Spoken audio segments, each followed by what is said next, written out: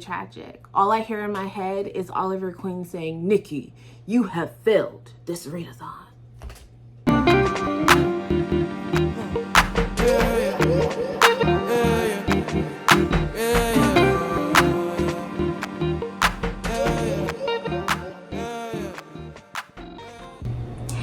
Hey Tipsy friends, I'm Nikki, your favorite little sister. Welcome to our channel if you are new, and welcome back if you're returning. My sister and I bring you bookish and lifestyle content. Today we are focused on the bookish. So I'm coming to you guys humbly as a woman. This is sadly not good news, but also great news, depending how you look at it. So you know how I was doing the Plus Size Readathon? This is the vlog for that, which you probably could tell by the title, the thumbnail. But I lost a lot of the content. This is actually the second time I'm doing the intro because, again, I lost a lot of the video, and it's really tragic. All I hear in my head is Oliver Queen saying, "Nikki, you have failed this readathon." Moira Queen, you have failed this city. That was me dying because he shot the arrow in my heart. If you don't know the reference, so that is from The Arrow. I believe it's still on Netflix. You should definitely check it out if you haven't read it yet, or you haven't watched it yet. Great show. But yeah, I failed. That's how I felt, like a failure. Sarita says it's my fault. I should have not recorded, but edited it sooner, and I wouldn't have lost the footage. Like, kick a girl while she's down, you know? Rude. But I do still have some footage. It's all the middle stuff. I really don't know how it happened, but I'm very disappointed. And I also am double disappointed because I didn't even finish all the prompts. Bunny, yeah, Bunny girl, she took me out. Buddy, the reasons that I was like intimidated to read it, double down in August. Yeah. And it's not the book, it's me. It would never be released. I know, it just wasn't the mood. I did finish all my other reads though. I have footage for some of it, and then I don't have footage for some. So I will be telling you about the books that I have footage for, or no, that I don't have the footage for, and then showing the content for the books that I do. And again, I am so sorry. I kicked off the readathon with trying to get Bunny out of the way because it was the longest book and I knew it was going to be a struggle for me. That didn't work. So as I was cleaning, I listened to One More Shot by Anise Starr. I did not know that it was set in England, but I love the story. Okay, Anise Starr and me, we go together real bad. I will be reading the other two stories in the series. You definitely didn't have to read them to read the third book, but I'm hooked. I love writing. Like, it was cute, it was fun. Dane is that man. Okay, at first I was worried that it wasn't going to fit my sour prompt that I picked it for, which is, do you get deja vu? Read a plus size book with a second chance romance trope. But it did fit, and I love that it was completely unconventional. It was not your typical second chance. But immediately Dane is just, you're endeared to him. You love his character. Like, he's not the crazy guy that we're used to seeing, you know, the normal, well, at least my normal book bae. He's not the crazy mobster or, you know, touch her and die, but I feel like he does give that energy. Don't play with him. But it's just like a softer, fun, lighted heart story. It was perfect. Like, he was perfect. I loved him so much. So I want to read you the synopsis for One More Shot. After a disastrous attempt at a one-night stand, Elliot Rain is content with never seeing the wildly confident and ridiculously handsome Dane Clark again. 2 years later, she's mostly pushed him from her mind when he barrels into her life once more as the best man at the wedding she's been hired to photograph. Her first instinct is to run, cancel the job, and get as far away from Dane as possible. But Dane has other ideas. When Elliot reveals the embarrassing reason behind their failed night together, Dane is undeterred. Now he knows what went wrong 2 years ago. He's determined to make it work this time around, but Elliot isn't convinced. After their bumpy start transitions into a genuine friendship, will the two give each other one more shot? Or will they be over before they even really begin? Let me tell y'all right now, okay? I loved the story. It was funny, it was witty, like it was feel good. There was nothing unenjoyable. The narrators did a phenomenal job with this one. Like I don't know if they're really British, but the accents were there for me, okay? And even when they did other people's voices, they changed and altered. It was fantastic. So Mercedes Snow and Graham Halstead, kudos, okay? Elliot was like just a fun girl. I loved the story. I ate it up. I read it in a day. Like, it was perfection. After I was done cleaning and doing laundry, y'all, I finished the book. Like, chef's kiss. Chef's kiss. This was the only book I got done with early. All the other books were rushed to the end. I definitely recommend the story. It was a 5-star for me. It could do no wrong. One thing I will say about One More Shot, there was enough lights for me. I understood why it fit into the story, it made sense and all that jazz, but was enough lights. That was the only thing, my only issue with it, not enough lights. So I ended up not feeling well in the mid-month. Excuse me, my back was giving me a lot of problems, so I didn't read anything until basically like the last week. I believe I started like August 22nd, rush to like get the other books done. And again, I wanted to do Bunny, but it didn't happen. Not with the book club book also needing to be done and me struggling through that one as well. But the next book I finished was The Sour Treat. Read our group book, My Curvy Rival by Leah Ryan or Leah Carson. You guys, this was just, it was a hit. Like I had nothing but good reads this whole like month. Like, well, it was last month because, you know, future Nikki is here. But I had nothing but good reads. I loved My Curvy Rival. So the synopsis for My Curvy Rival: he's at risk of losing more than just his clients. Jazz Legend, ain't that just the name? Jazz Legend. Jazz Legend is fat, fit, and fabulous. She really was.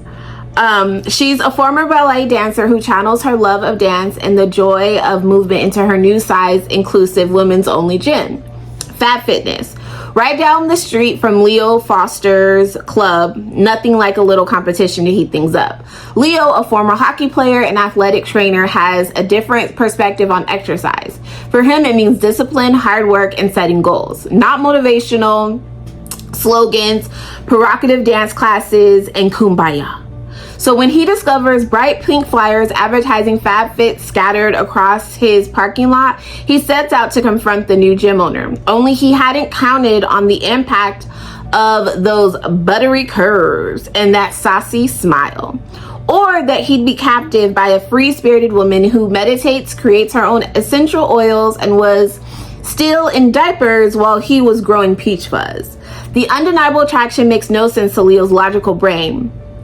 But his body isn't listening. And if that situation wasn't complicated enough, there's a bit bitter history with his younger brother Kai that reaches a boiling point when Leo and Jazz act on their mutual desire.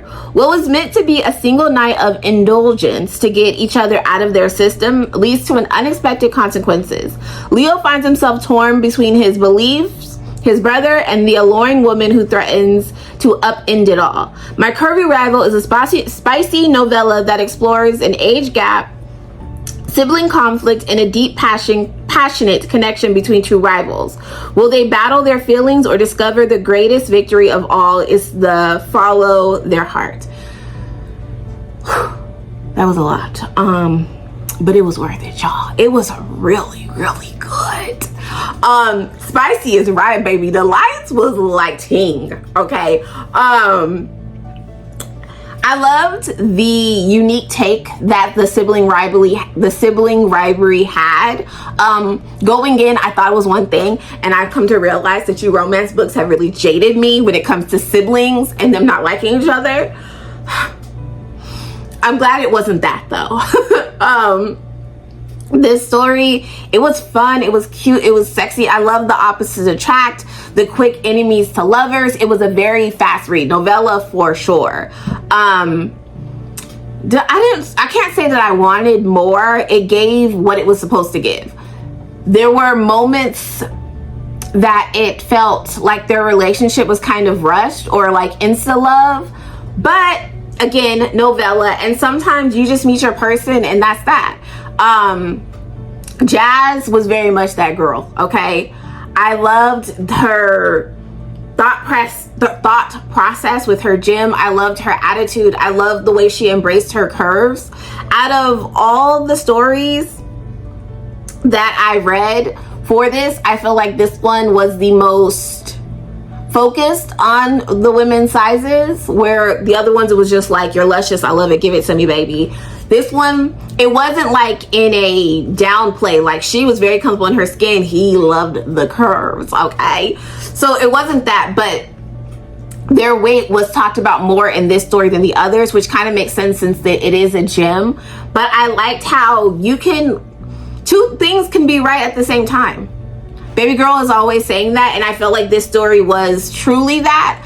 I loved how Jazz had like this just free spirited. Sometimes you just want to go to the gym for the vibes and to feel good about yourself and to feel confident, and she alluded that, and she had helped other women find that within themselves, and I just love to see it. Like, I would love to go to her gym and just dance it out with her.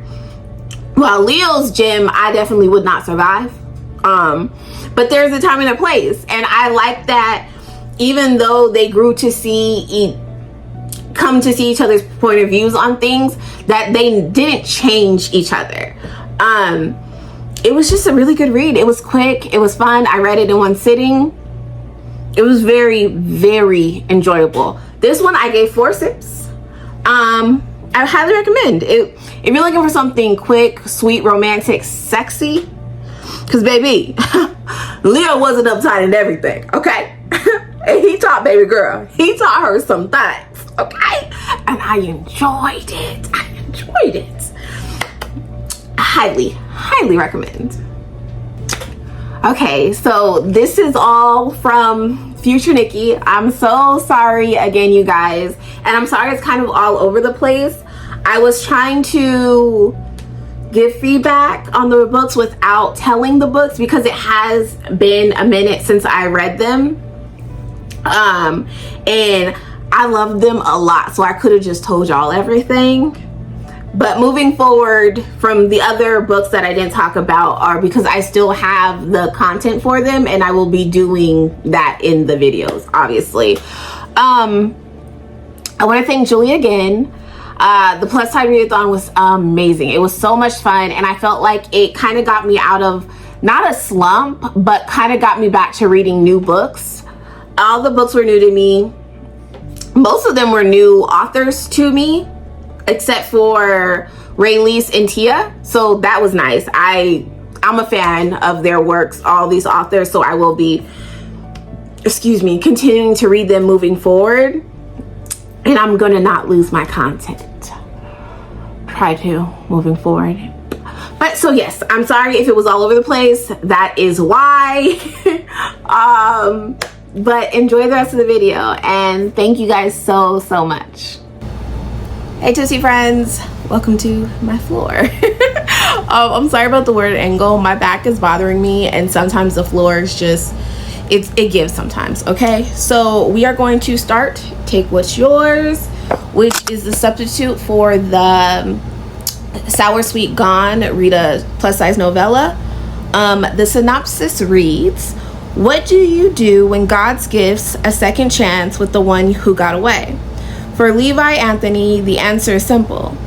You get your girl back. 10 years and some miles apart have not kept Levi's mind and heart off of his ex, Chantra. I'm probably pronouncing that wrong. I'm gonna work on that. Sandra, maybe it's Sandra. Thomas had her entire life planned out, but Levi pulled a disappearing act their junior year of college, and those plans quickly changed. What better time to apologize and make up than the 7 days they'll spend together as the best man and maid of honor for their best friend's upcoming New Year's Eve wedding. Will a week secluded in a cozy cabin surrounded by couples in love be enough to help Levi woo his way back into Sandra's heart? Is Sandra strong enough to give into her body's desires and still walk away from Levi the same way he did all those years ago? So I'm excited to read this. This is one of the few books I haven't read by Tia so far, and I don't read that many second chance romances, so I didn't realize that I liked them, but the 2 or 3 I've read I really enjoyed. And I know I really enjoy Tia's writing, so I'm excited to get into this. To those willing to try love one more time, and always one more time. Always one more time. So it's nice. We got some trigger warnings.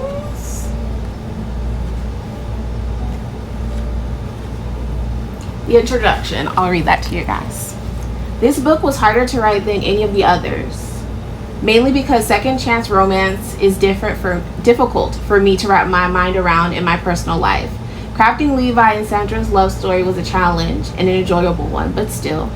There were days when I thought I wouldn't finish because I didn't know how to make broken hearts heal and love again.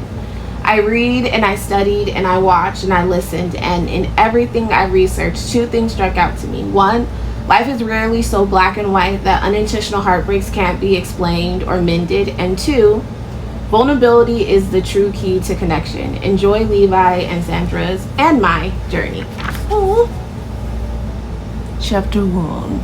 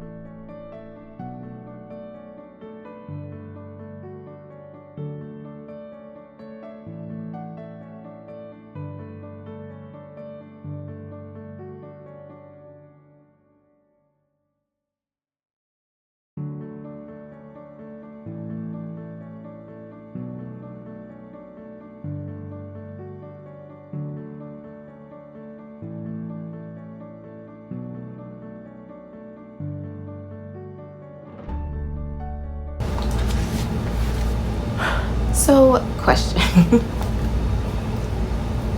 It's been 10 years since they've been together.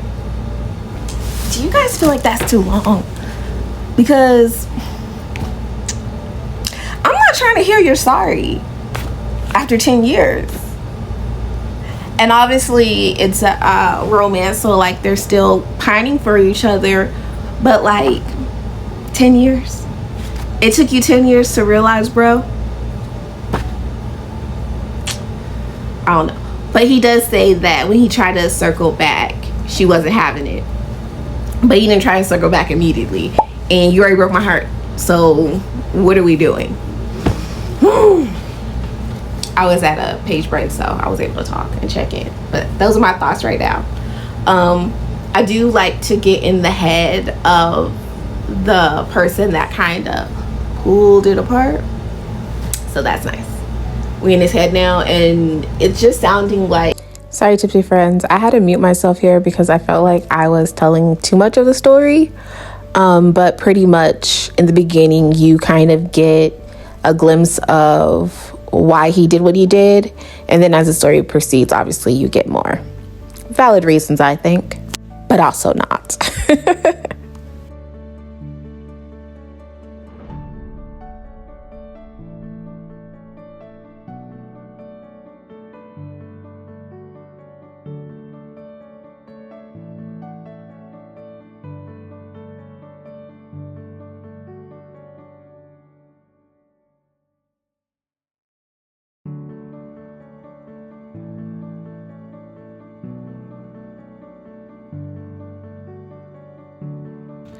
My question is, why does it always become so clear after the fact?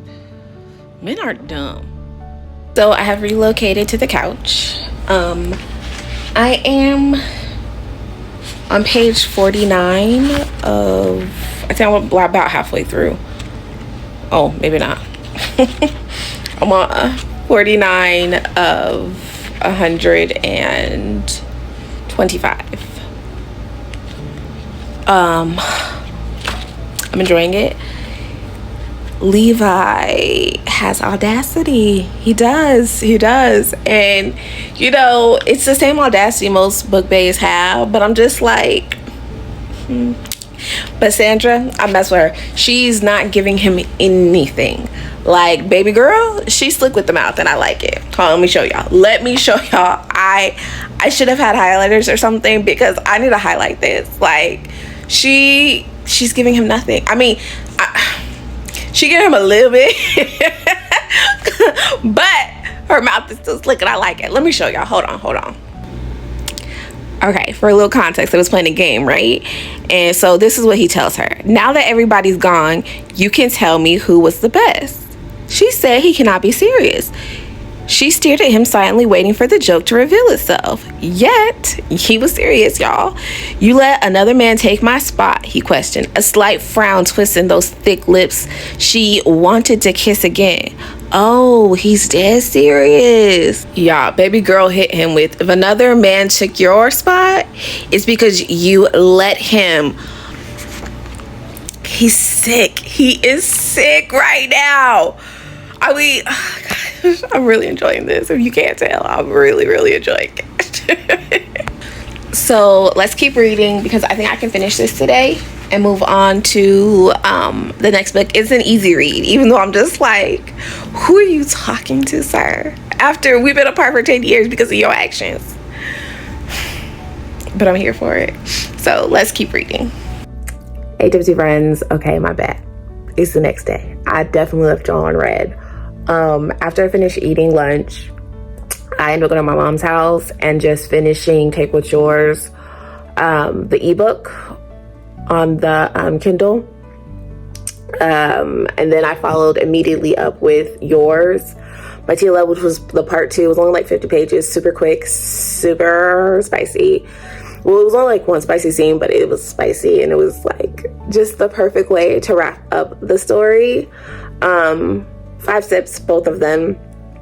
I will say there was just one thing that I would have liked to been resolved in Yours, but it was 50 pages, you know, so I'll just have to ask you what happened with that. It was they both were good. They were cute. Take What's Yours was, again, I think I already said it, but like, it's what you want out of a second chance romance. The resolving the issue, coming back together, all those things. But because of the way that they had broken up and the feels, I like that it also kind of felt new to them being together as well. Because now, I mean, I guess you kind of get that with a lot of second chance romances, or most of them, but the way Tia did it and expressed their coming back together just felt like the anxiety of something new, but then the comfort of something familiar. I don't know. I really enjoyed it, and I'm glad that Tia told me to add it. I'm definitely still going to read Make It Gushy, or It's Always Been Gushy. I have to remember the name of that book. I'll insert it. But it's fun. I don't know if I'm going to be able to get to the next book today, but I'm going to try. Maybe tonight. We'll see. But I'm going to keep y'all posted, and I'm having so much fun. Okay. I technically should be asleep right now, and I'm going to go after I finish chapter 4. I've started the fake boyfriend fiasco, and I love it. I did not know that it was set in England as well. Baby, when it opened up, I was like, wait, I think I'm reading the wrong story. And I had to check, and I'm like, no, this is our story. I'm confused. What's going on here? That prologue is going to get you. I'm about halfway through chapter 4, and I don't normally like to stop in the middle of chapters, but we had to talk about it, okay?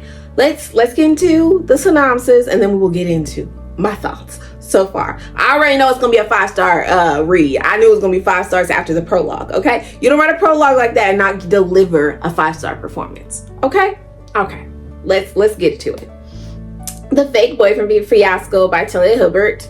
It's narrated by Rook Kingston and Harvey Fuller. They're doing a great job. They are doing a great job, okay? Footballing legend Nick Cristo leads a charmed life. Rich, successful, internationally adored, no woman or man has ever rejected him until a tattooed goddess blows his mind and captures his heart with just one kiss.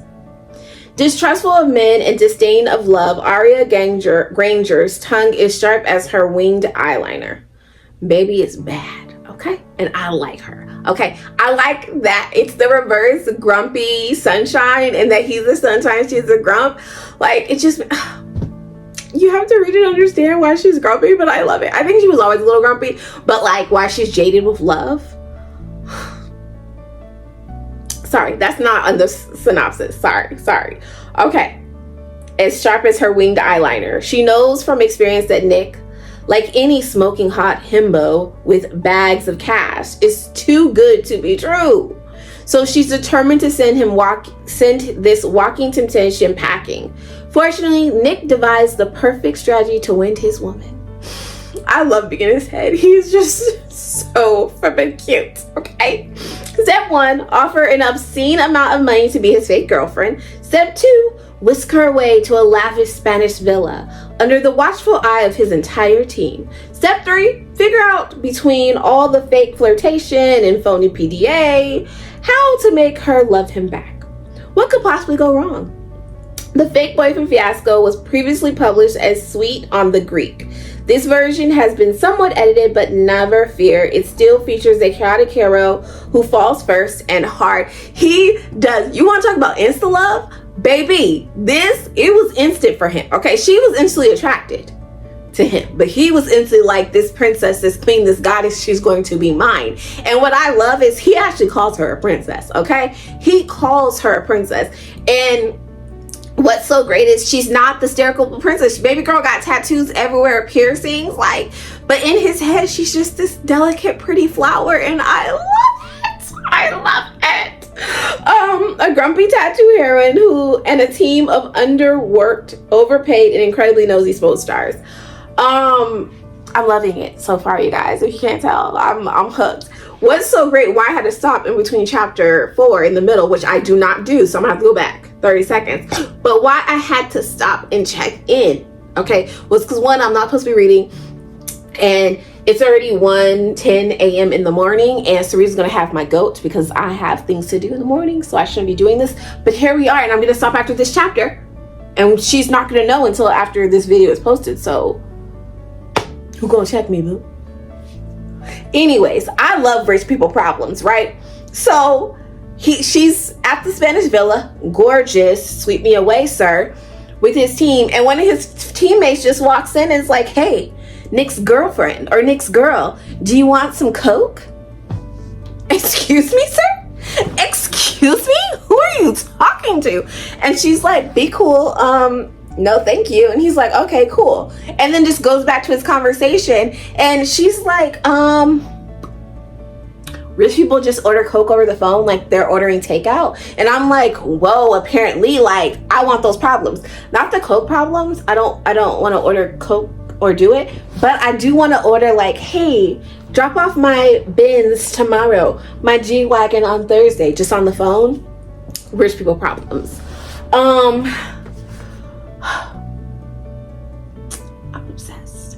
And it's going to be a struggle not to stop after chapter 4. But I'm going to. Unless chapter 4 happens something that I can't stop, because then I got to continue, because you can't stop in the middle of a big situation. I'm gonna stop. I'm gonna stop. We'll see. I'll be back. I'm gonna read chapter 4.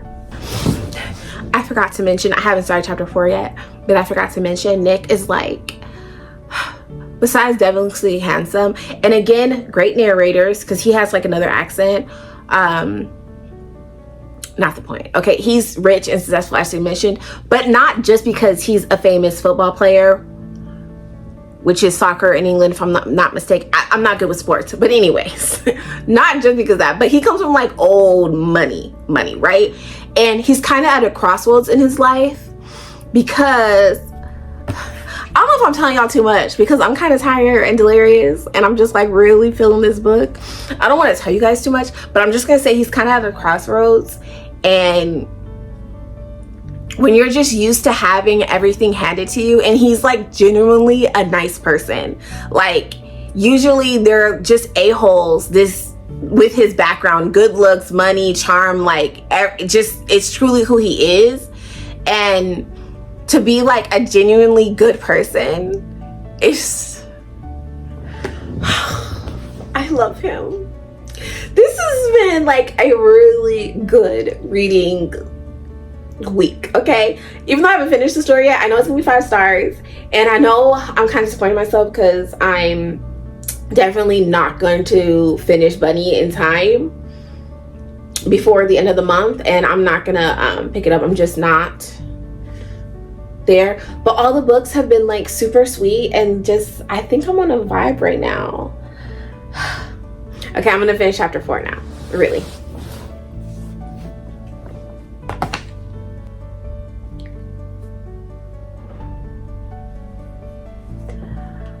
Okay, Juicy friends, this will be my last check-in of this vlog. I'm sorry that I left y'all hanging. When the knock came to the door, it was the maintenance man. You know how when you put an order in and then they take so long you forgot you did it? And so I just kept reading with my AirPods. I loved it. It was spicy, it was fun, it was delicious. Like, it gave, okay? It gave. There were 2 bonus epilogues, but it was weird because the first one, which was, like, surprisingly real steamy, like, it wasn't surprisingly steamy, it was just a surprise steamy scene that I wasn't expecting. When it happened, the actual chapters was not written out in my ebook, but the audio played it. So I don't know about that. But then the second mushy sweet one, it was in the book and the audio played it. It was really good. So I definitely recommend, if you're trying to choose between, get the audio, because I don't think the ebook has the spicy little quick bonus epilogue. I loved it. It was a 5-star read. I was absolutely right. It was perfection. So I want to end the vlog with final thoughts on all of the books from the Plus Size Readathon that I finished. So the Fake Boyfriend Fiasco, perfection. You need to just immediately read it or listen to it, however you want to. I consider listening to audiobooks reading, but I know some people don't, so you just immediately need to get that. My Curvy Rival, love at first sight happens, okay? First passion, whatever. I love Jazz was just a free spirit who went with it. She didn't question the fact that she was in love. It was just perfection. One More Shot. I would say One More Shot is a friends to lovers that Sarita would be okay with. Is that what I want to say? Yes, that's what I want to say. A friends to lovers that Sarita would be okay with. And then Take What's Yours by Tia Love. What are my final thoughts and takeaways? Go for it. Yeah, I think that second chance romances are the perfect, like, go for it, take a risk kind of situation. So, but in that particular story, like, go for it, be fearless, do the thing that scares you. I hope you guys enjoyed my first reading vlog that I did by myself, because we did kind of a short one for One Final Shot by Aubrey Penn. This one was by myself and it was fun. I definitely feel like I want to do more.